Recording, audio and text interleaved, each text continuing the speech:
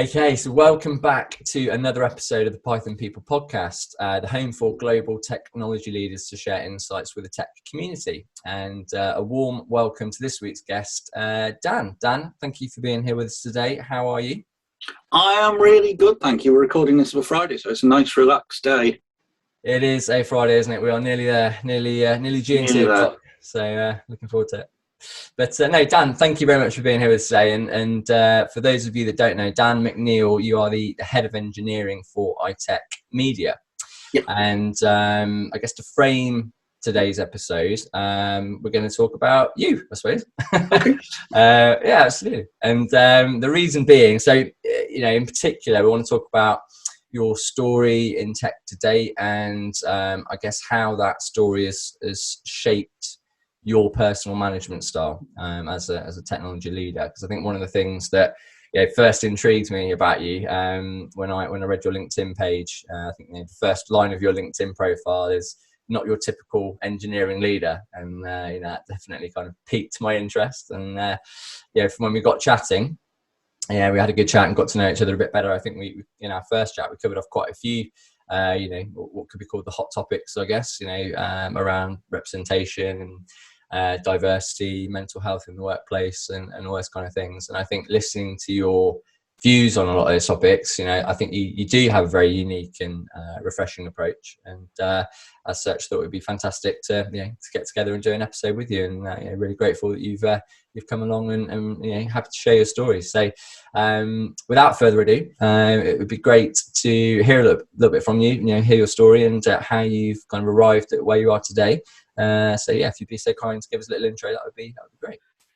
Yeah, I can give you the whistle-stop tour of how I got here. I did a maths degree, and I think I always kind of knew at the back of my mind I was going to do a maths degree. It was through school what I was obviously going to do. So I ended up doing a maths degree at Cambridge, and then the options seemed to be either accountancy or software development. They were the two options, and I didn't fancy accountancy, so I kind of went into software development, kind of by default. During the course at university, we didn't write much code. We did some algorithmic stuff where I kind of solved these type of equations or model this, but it wasn't really about the code. It was more about, just codifying how you're going to solve this problem. And so in my first job, I, turned up as a developer on my first 3-4 weeks were on a C++ course. And that's how I got into development. Okay. But over time, I moved to London, moved into the world of mobile phones. I was at Symbian for best part of 10 years.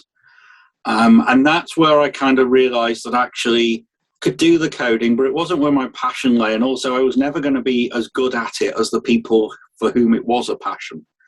So I moved into more what you call coordination roles and then leadership roles. So release management, project management, and then moving into managing small teams, into managing larger teams, and then kind of now managing the engineering within whole business units, which is what I've done for the past few years. So these days, my roles are more about managing managers than managing the individual devs.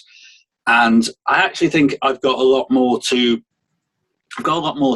give to a manager than a dev. And, I love working with devs. The coding is still there in my mind, so I can understand what they're talking about. I can read the code. I can understand what they're doing. I've been there, but actually I'm the wrong person these days to tell a junior front-end dev what the next best thing to learn or do is for their career, because I'm so far removed from it. It's so long since I did coding that I'm not the right person to do that. The other thing that shaped me where I am, that's the logistics, is when I started out in my career, and in fact, even, when I'd done placements, industrial placements during the summer holidays from university and whatever, leaders were kind of strong personality, confident white men. That was it. That was what a leader was. And a leader was somebody who knew the answers, and they told people the answers, and they told people what to do. And a good leader would be somebody who occasionally delegated stuff. That was kind of the model of a leader. And I went through probably first half of my career, a good many years, with those leaders as role models. And that's no disrespect to the leaders I had around me at that time. I had some great managers and some great departmental leaders, but largely it was that was the style of leadership. That's what you saw. And I started to doubt, would I actually fit into that? You know, my passion was obviously in moving towards leadership and coordination and helping and facilitating rather than the doing of the code. But I wasn't like the other people that I'd seen doing that. You know, I had no desire to tell people what they do or be a tyrant or have people scared of me or shout at people. I had no desire to do any of that at all. And so it took a long time for me to realize that actually there is another way to still achieve a path into leadership. Now, thankfully, the world's come to a place now where leaders who are more like me, especially in, you know, the industries I've been in, it's more tech oriented, are more valued. But I think there is still a perception, if you ask people, what does a leader look like? What does a manager look like? There's still this idea that it's somebody who tells people what to do. And I also noticed that all the leaders came across as confident. They came across as sure of themselves. If they did have any self-doubt, they certainly weren't expressing it. They certainly wouldn't express any self-doubt or vulnerability to the team. They would maintain a facade of, I know what I'm doing and I'm the leader to the team. And I didn't want to do that, and I still don't. You know, there are obviously times where as a leader, you have to be a role model for the team. So you have to model the mature behavior of not panicking in the face of uncertainty and of accepting that things may change and of respecting the confidentiality of news that has to be shared in a certain way, all that kind of stuff. But I found that actually my leadership style has evolved into being very open about who I am and what I'm feeling and the stuff that makes me happy and the stuff that doesn't make me happy and the things I'm not sure about and the things I don't like doing but are necessary.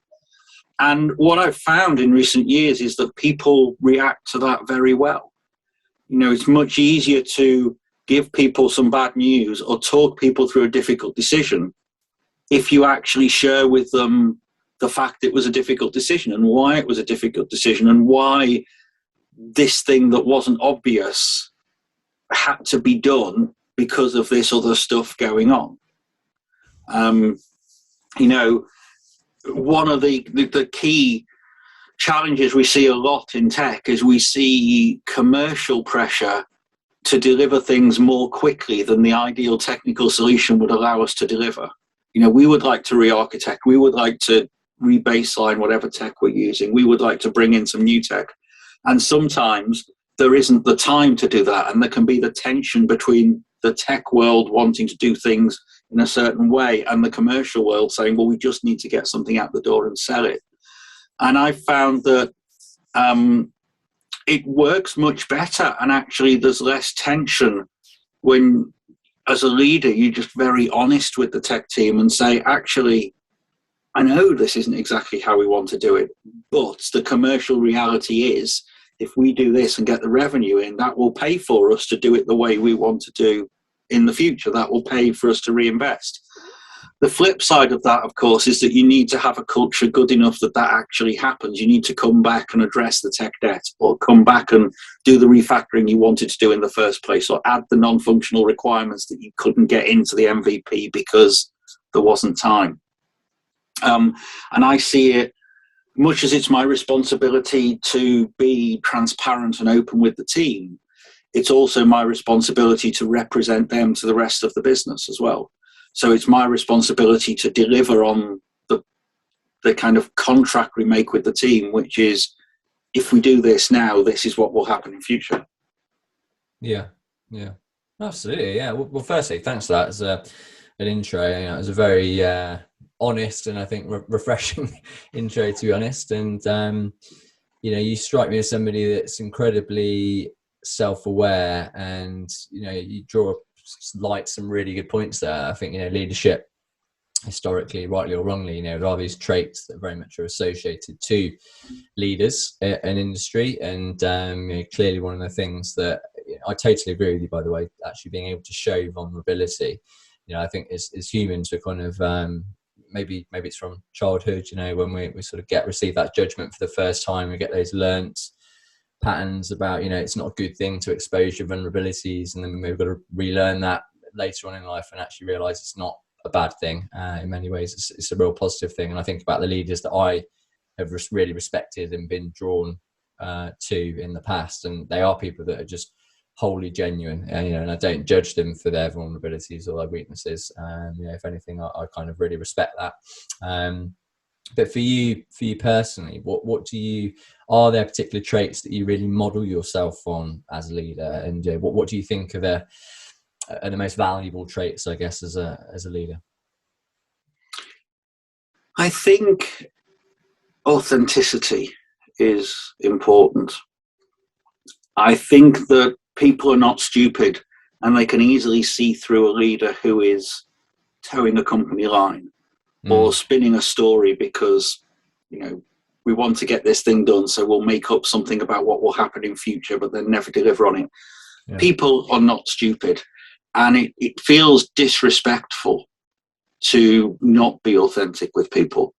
And being authentic with people means giving the bad news as well as the good, but doing it authentically.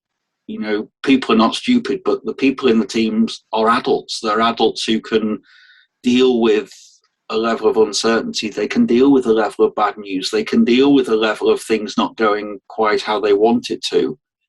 And I think there's many leaders who feel the need to justify their lack of transparency by saying it's for the best for the team. If we tell the team this, they will panic. If we tell the team this, they will not know how to deal with it. And I think it's better to be authentic within the bounds of what's possible, share what you can with the team, and support them through that if they have difficulty with it, rather than presume they won't be able to deal with it. I think it's also very important to be authentic about who you are as a leader. I spent a long time trying to be the kind of leader I wasn't, to fit in with the leadership group I was part of. I had a leader who I looked up to for quite a few years, who would tell me that emotion had no place in the workplace and that all decisions had to be entirely rational.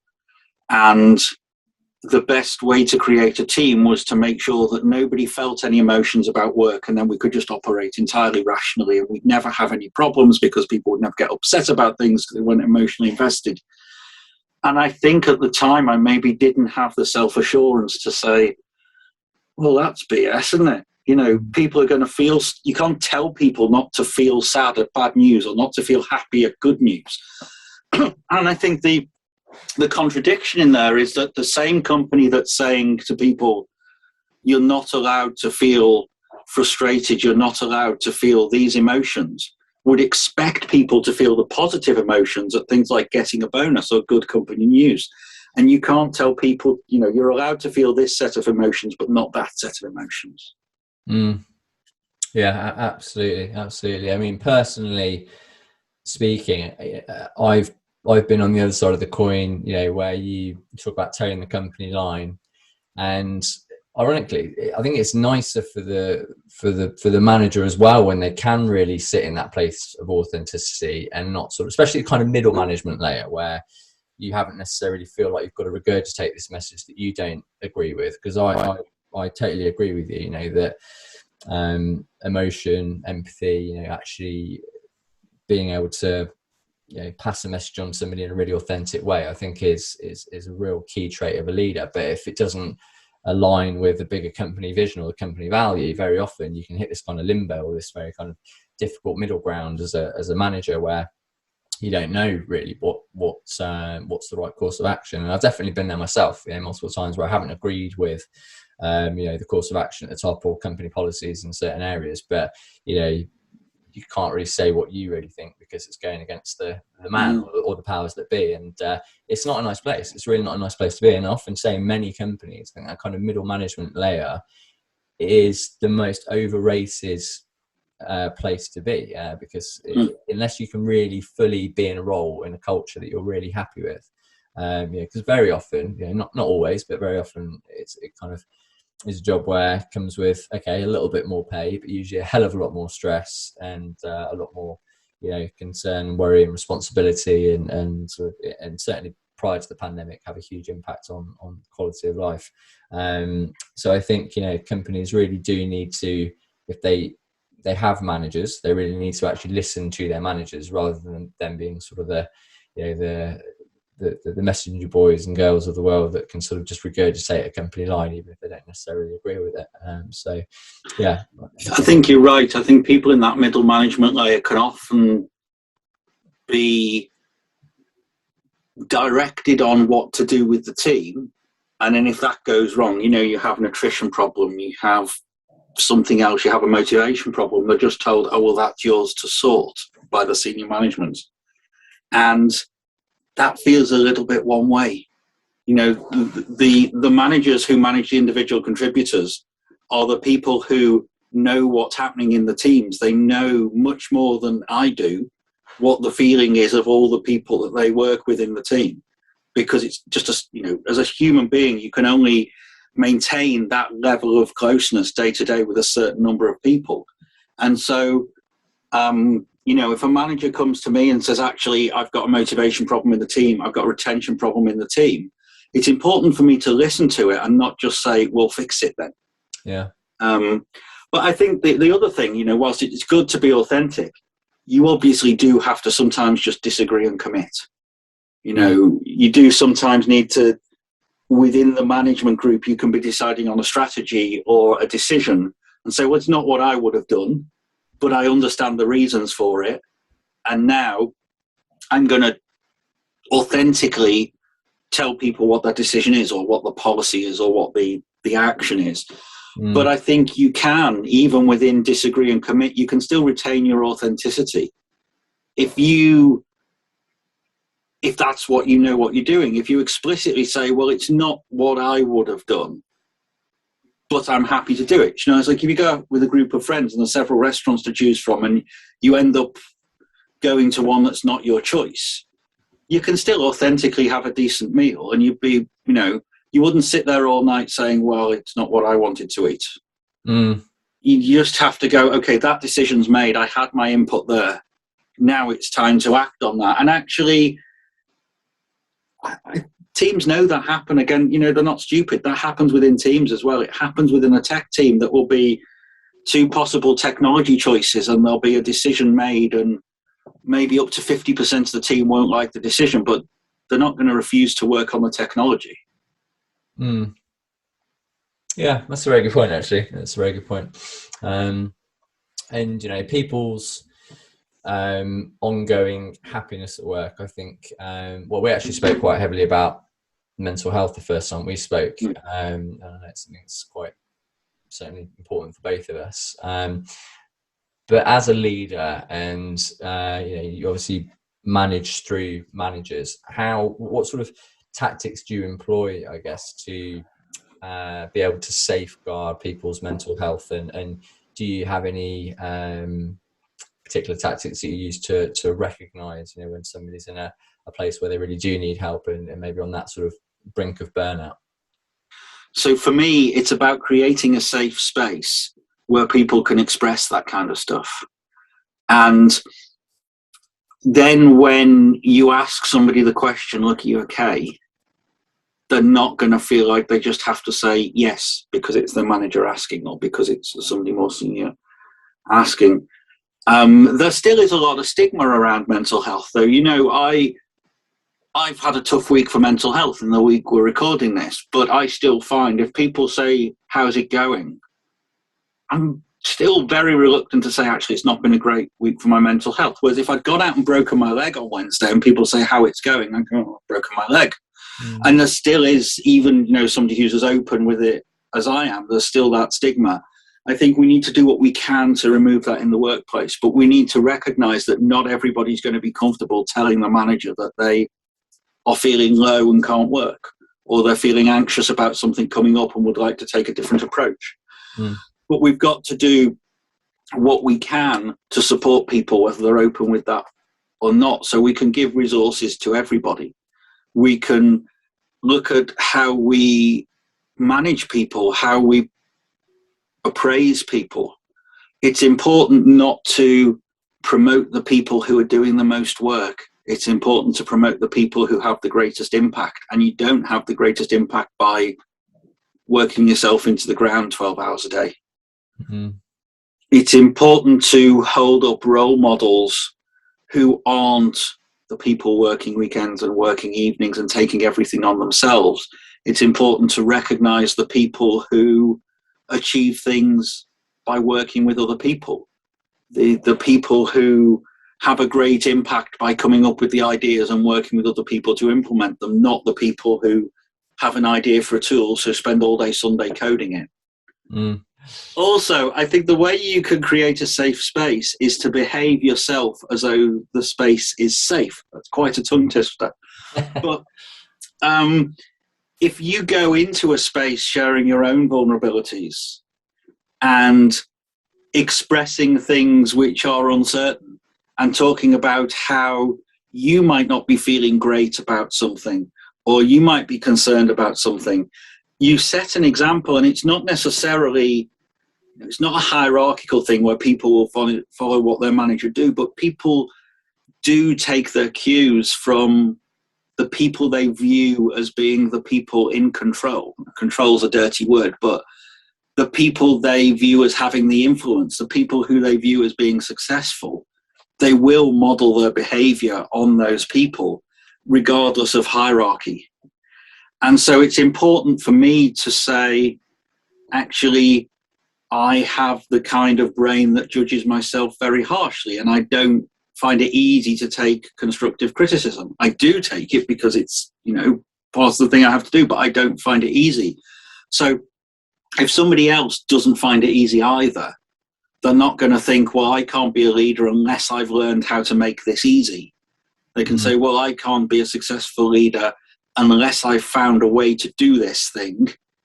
It doesn't have to be easy. It might never be easy, but you need to find a way to do it. One of the things I do in my spare time is I sing a lot. I actually take singing lessons. And when you get to some notes with some tones and some things you do in singing are not easy. And I say to, my voice coach, will it ever get easy? And he says, no, it won't. You just have to get comfortable with the fact you're doing something difficult. It will never be second nature. It will never be easy. I'm not a sporty person, but I think the same's probably the same of sports people. If you look at an Olympic gymnast, even to them, what they're doing is not easy. They're pushing themselves. They're doing stuff they know is difficult, but they've found a way to be comfortable with doing something which is difficult. Yeah, absolutely. And I think it's about giving people the space to find individual ways to achieve things. As a leader, as a developer, as an architect, as a whatever, you have a list of things which need doing in the role. There are certain things that you can't adjust within what's required of the role. If you're managing people, you need to do performance reviews with them. You need to give them feedback. You need to approve salaries. You need to do all this kind of stuff with them. So I think it's not about saying, how do we change it so that people don't need to do the stuff that doesn't come naturally? It's about creating a safe space where people can find their own way to achieve what needs to be achieved. Yeah. That's a very good point. I think one of the biggest mistakes I made early in my career was to copy role models rather than be inspired by them. Yes. Yeah. I think it's a very good point about the safe space. And like you said, somebody can either do a job or they can't fundamentally at its crux when they first start doing the job. That's not to say they can never get to the place of doing the job, but I think creating that safe space is allowing people to admit when they're struggling, or creating an environment where it's okay to admit that you're not perfect yet, or it's okay to admit that you're still on that learning curve. And I really relate that to recruitment in many ways, because in other businesses I've worked in the past, there is definitely that kind of old school stereotypical kind of mentality of not being able to, kind of bravado, not being able to admit when you're finding something difficult and it's just why you need to crack on, just carry on doing it and just keep going. And all right, yeah, you can do that for a certain period of time, but fundamentally, it's not sustainable, and ultimately the business doesn't actually do better as a result, because the person isn't actually learning. They just sort of, or if they are learning, they learn at a much slower pace than they would be if they were able to actually turn around and just say, look, I am really, really struggling with this, and it's really getting on top of me, and I need to find a way to do it. Yeah, I think that safe space element, the environment, the culture of the business is absolutely akin to that. And I guess around culture, being a leader, being able to influence and shape culture obviously is a huge part of your role. And we're entering into what I call the new normal now, off the back of a couple of very, very turbulent years. It's been a horrendous couple of years for lots of reasons, but I also think a lot of positive shifts have taken place over the course of the last couple of years as well. And I'm really interested at the minute in the conversations I'm having with management and leaders of various businesses about what prolonged changes, what fundamental changes they've actually made to their company culture, versus the holding pattern of let's just try and see our way through these tough times and then we'll go straight back to where we were of 5 days a week in the office or whatever.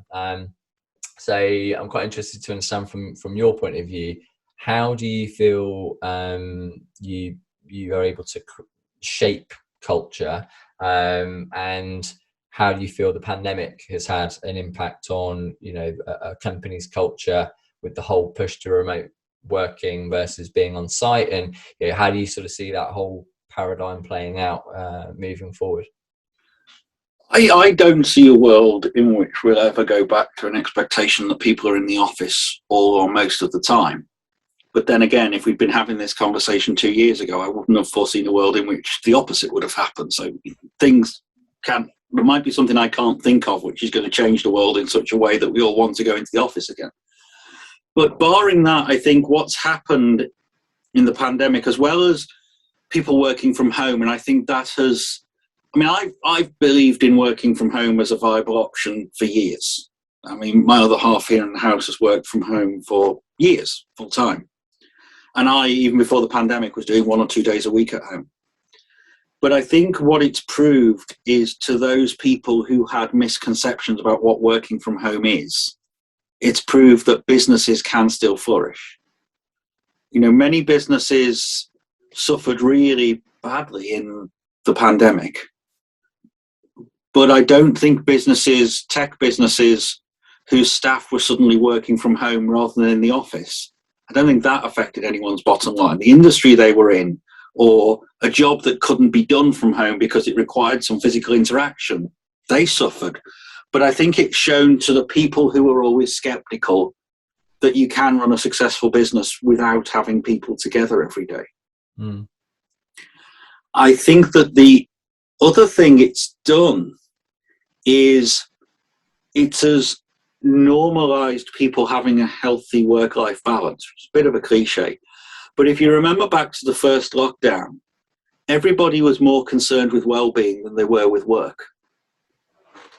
And we were thinking nothing of, the schools are closed, so somebody in the team's got 3 kids at home, so their attention is not going to be on work as much as it was because they've got 3 kids. They're trying to homeschool them, but it's a disruption. And that became normal. That became accepted as, actually, people's kids might interrupt a Zoom call. People's kids might do something where it requires a person to go, right, give me a second, I've just got to go and sort this out. And I hope we never lose that.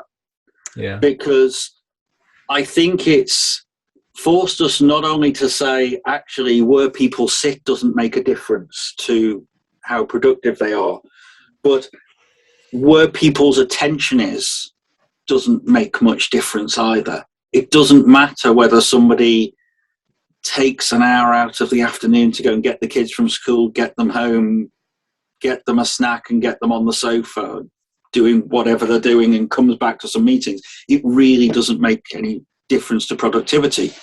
And I think even though we had, legislation that should protect those kind of rights, and we had people talking about a culture in which we protect those kind of rights. I have come across cases firsthand of people who've not been promoted because they work 4 days a week because of childcare, or people who are considered not eligible for a team leader position because they leave at 3:30 every day to go and do the afternoon school run. And I hope that the pandemic has got rid of that nonsense and said that actually people don't have to be robotically working from this time to this time in this place with their attention here in order to be effective at what they're doing. Yeah, absolutely. And yeah, it goes back to the old adage of really what hopefully it's highlighted is that as people, we should work to live, not live to work. And I remember actually, I started True North just before the global pandemic, which is obviously a nice time to start any business, especially a recruitment business. But I started literally 2 or 3 months before the proverbial hit the fan. And I remember one of my big pushes was, to work from home more and see the kids more, because, I know that the biggest source of my unhappiness really in life that I've had in recent memory was due to my work-life balance, and sort of being expected to be in the office, 7:30 in the morning. Not, if you left the office before 6:30, 7 in the evening, you got frowned upon. And it just, I'd done it for 10 years, and I was at the point of genuine burnout. And I started the business very much wanting to work from home, but still in that kind of mindset. I guess I've been sort of programmed to still have that kind of mindset. And I remember being on calls and like my dog being outside barking and thinking, oh my God, this is like so unprofessional. It just sounds so bad. Whereas, then the pandemic happened, which obviously isn't a funny matter, but it's just comical how much it has changed people's perspective on things, because we went from that where I was, end of 2019 to 6 months later, doing a call with a client, probably with my dog on my lap or something like that, because I think people have hopefully realised that this bubble that we're all living in, just that is totally imposed upon us by powers that be, and the few controlling the masses, is an illusion. Really, it didn't need to be that way, or it certainly didn't need to be that way for people's general health and happiness. And there's something that I really built very strongly into the foundations of what I want True North as a business to be. Our mission, it always sounds, I guess, quite cheesy and esoteric when I say it, but I genuinely believe it, is that we want people to be happy at work. We want to make people happier at work. And if we're consulting with a candidate and we're putting them forward to a role, and the role that we're putting them forward for isn't genuinely going to improve their situation, or isn't a role that's actually going to give them more fulfillment or make them happier, we won't place them into that role. As simple as that. We'd much rather they go to another role, or they go to stay where they are, or whatever it is. And that's something that, I think hopefully does permeate throughout our business, but it's also something that I'm very passionate about continuing for employees that we have, to the degree that I think you have to have rules. I think you have to have parameters, absolutely. But we've got people in the business that, one guy who's he's absolutely dedicated and passionate about van life, right? So he wants to, he is in the middle of developing a van at the moment, and he wants to be able to go off traveling around Europe for 3-6 months at a time, living out his van. And and I said, look, cool, it's absolutely fine, as long as wherever you are, whatever job you're doing, you've got good internet, you've got a place you can make phone calls when you need to. If you can do your job effectively from wherever you are, go and do it. And I think that's really the mentality and the mindset that I hope the world is adopting more so now, because I just know how much of an impact it can have on fulfillment and mental health and all the above. So we have a concept at iTech which we call work your way, and it's exactly what it says on the tin, and it's used as a statement quite a lot to inform people that if you need to leave a bit early to go and get your dog groomed, do it. The business is not going to fall apart because somebody takes an extra half hour for lunch to go and see a friend the other side of London or whatever. And it also, it's not just flexible hours, it's also about flexible working in terms of, do you want to be in the office or not? we're not forcing people to come back into the office. We have a great office, and a lot of people do go back in because it's a nice place to be, but some people don't, because maybe they have a bit of a long commute and they've grown used to not getting on the tube. Maybe they've got a bit of lingering anxiety around COVID. I mean, this is another way we can really help people's mental health, is not pressure people in any way to do things that make them uncomfortable. For the first time joining iTech, I think I've been open about many aspects of my life in the past, but iTech was the first time when I had the self-assurance during the interview process to actually ask some of the very senior people in the company I met, look, this is me. I suffer anxiety, I suffer depression, I'm an introvert, I'm not an outgoing social person, I'm not a life and soul of the party person. Am I going to fit in here? Because if the answer is no, tell me now, it's nobody's fault. And we won't go through with this because it wouldn't work. And actually, the two things happened. One, which was people were honest with me and said, no, it will be fine. And it's turned out to be absolutely fine. And the second thing that's happened is, because I have been self-assured enough these days to say, I'm not doing that because it's just not my kind of thing. Many other people around the business, some of whom I don't know other than in this context, have contacted me to say, it's nice to see somebody in a leadership position being individual, not just in this way or that way, but somebody who's saying, actually, that thing doesn't work for me, that big party doesn't work for me, so I'm not going. And to see the other leaders in the business go, okay, fine, that's what working your way is about. I think it's been, I'm very happy when I can make people's lives better. And that's not self-aggrandizing. I'm not saving people's lives on a daily basis. But if I can do something in my work to make people's lives a little better, then why wouldn't I do it? I mean, that's ultimately what I'm there for as a leader. I'm not writing the code. Yes, I'm involved in the strategy and the road mapping and the accountability and all that. But fundamentally, I see my job as an engineering leader is to give everybody the space and the encouragement and the ability to be great, and then get out of their way. That's what I see my job as. Yeah, that's a very, very good point. And your example earlier, I think was a really apt one of the old school mentality to management and leadership would have been, right, somebody leaves at 3:30 to go and take their dog to the groomers, as your example, and we're going to lose that much productivity because that person's at the office for this amount of time and they're not working, and we're paying them X and they're not working their full time.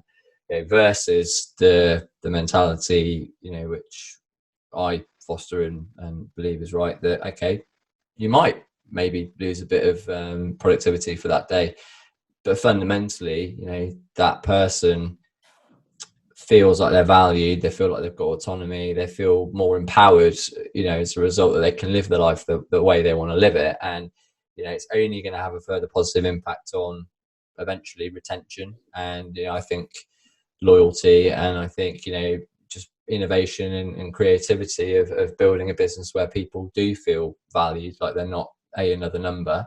And you know what, even if you don't get more productivity, you don't get anything back in value as a business leader, like you said, you've made someone's life that much better, and you've done that thing for them. And really, at the end of the day, all right, all businesses need to make money, otherwise if they don't, they're not going to be around for very long. But I'd much rather look back when I retire and look back at everybody that I've had in the business and think they've had really rewarding happy careers where they've been able to have really nice happy home lives and the right balance, rather than me sitting there on a yacht and everyone else being worked into the ground.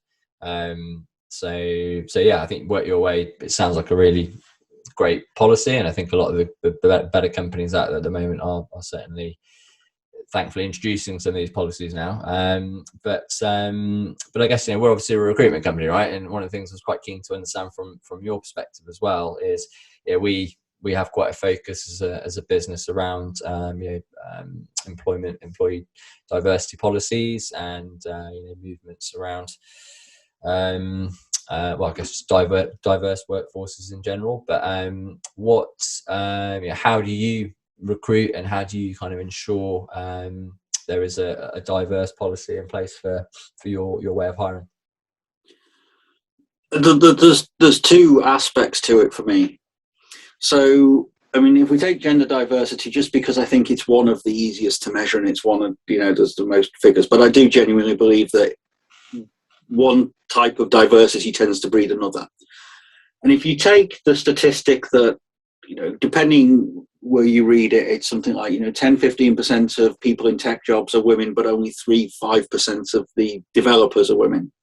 That means that in the market, that's the percentage they are. So you can't today or tomorrow fix that.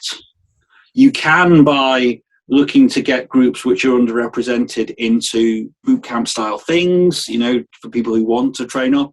You can look at the education system or what's happening to people in various groups as they go through education. Why are certain people not following certain paths that would lead them into that career? But ultimately, you're competing against other companies on diversity.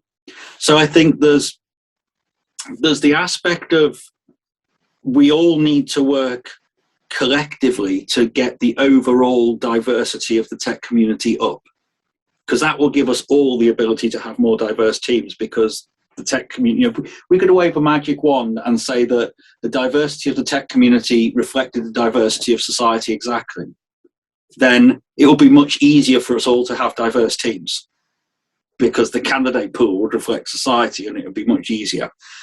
But I don't think you can use that as an excuse for having a really undiverse team now.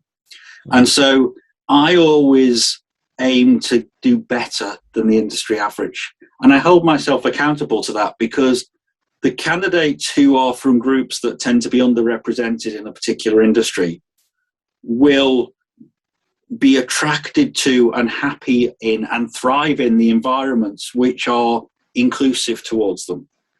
So if we create a wonderfully inclusive environment where everybody can be themselves, and we are meticulous in calling each other out on anything that happens that might be non-inclusive and fixing it, then we can do much better than that. We don't have to say, just because it will take years to fix the problem of lack of diversity in the industry, doesn't mean we should do nothing now about making it better for the people who are already in the industry, and frankly, all the people that are going to arrive when we fix that fundamental diversity problem.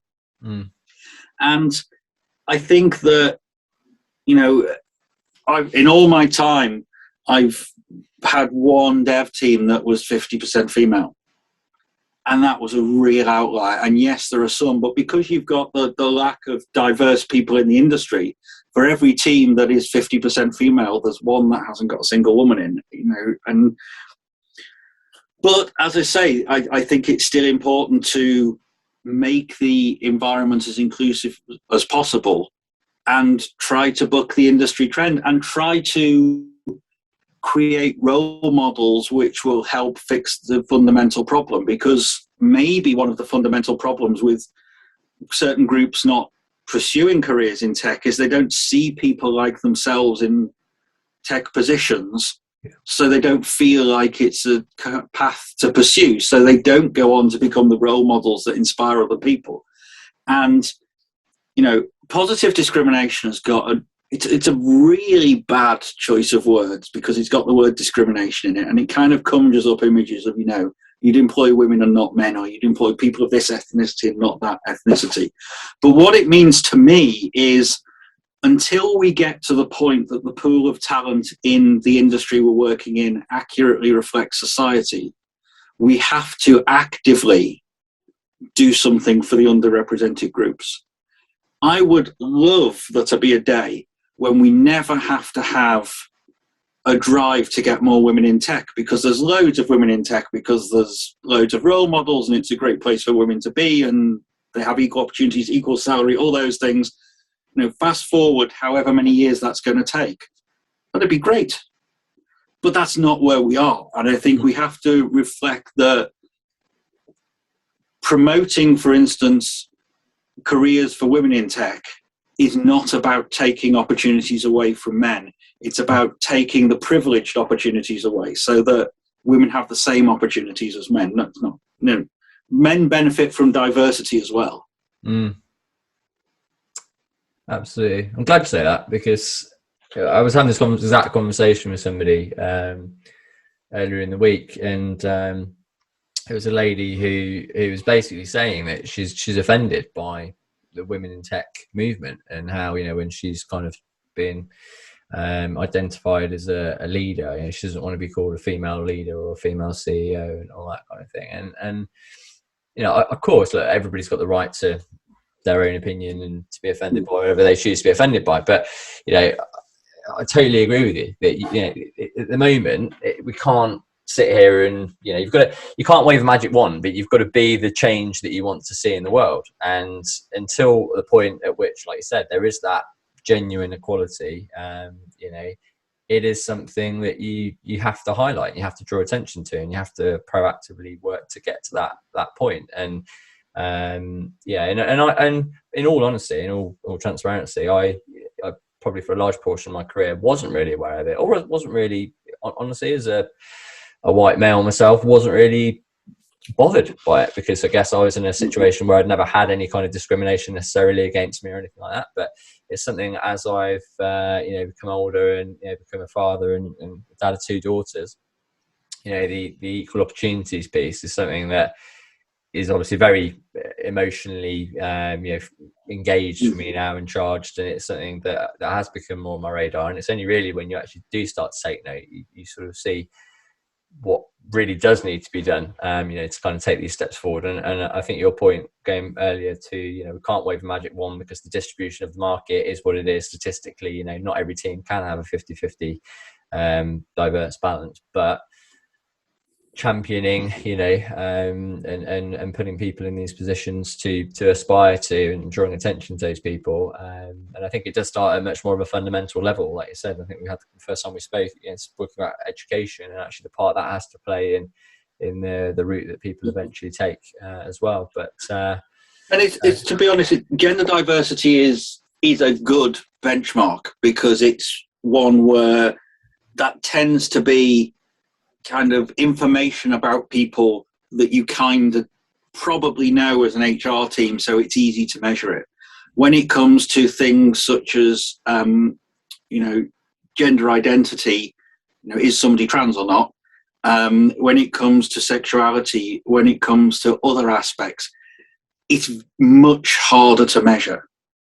But equally, we mustn't forget those things as well. You know, getting more women into tech is really important. For some reason, we tend to have maybe even higher than society's percentage of LGBTQ plus people in tech.